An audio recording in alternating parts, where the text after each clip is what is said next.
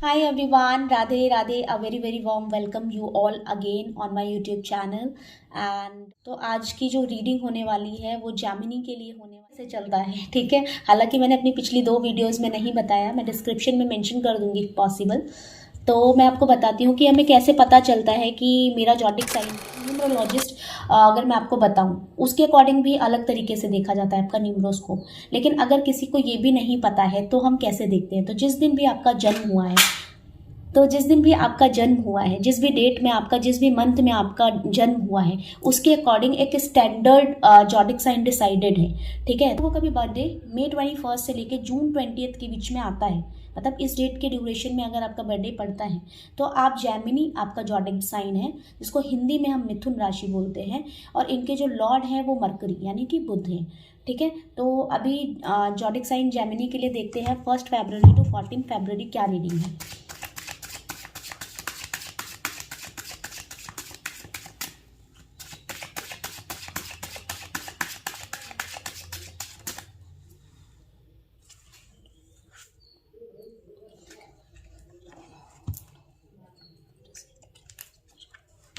देखो ये collective reading है, ठीक है।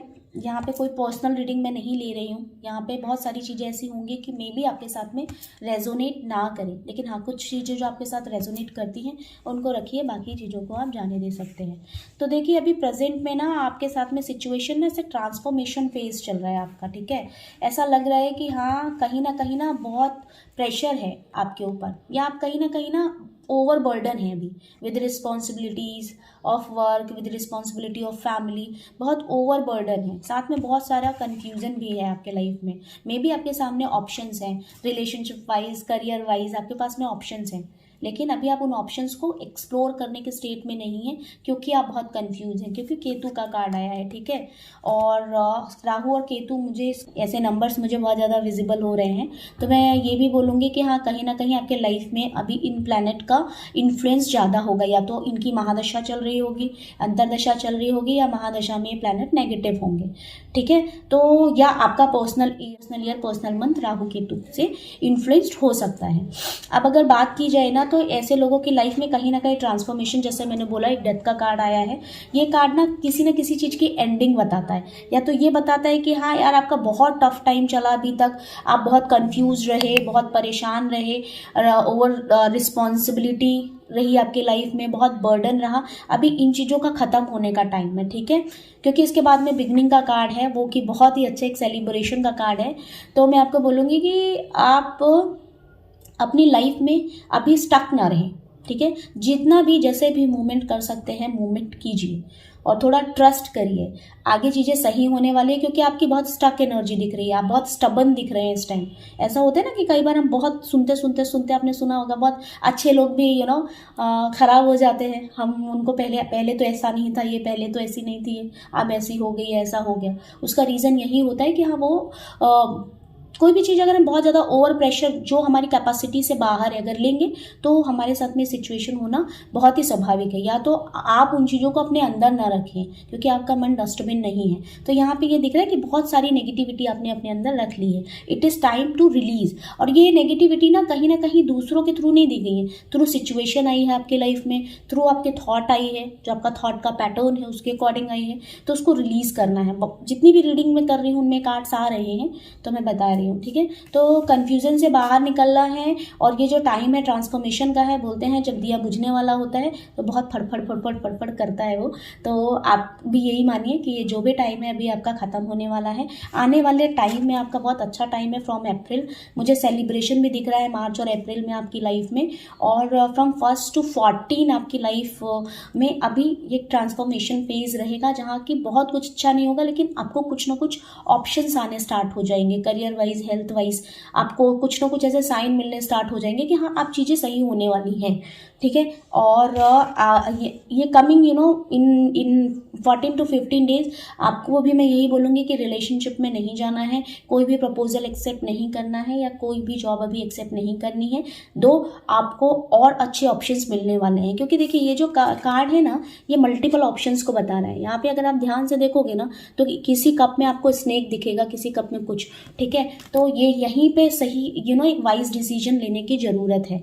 तो अगर आप यहाँ पे वाइज डिसीजन नहीं लेंगे तो अगेन वही है ना कि भगवान तो आके बोलेंगे नहीं कि मैं ही हूँ भगवान। यूनिवर्स या डिवाइन या भगवान आपको ना थ्रू साइन ही गाइड कर सकते हैं, ठीक है। तो अगर आपको अपॉर्चुनिटी मिल रही है, ऑप्शंस मिल रहे हैं, तो ग्रीडी नहीं होना है, थोड़ा अपना लॉजिकल माइंड यूज़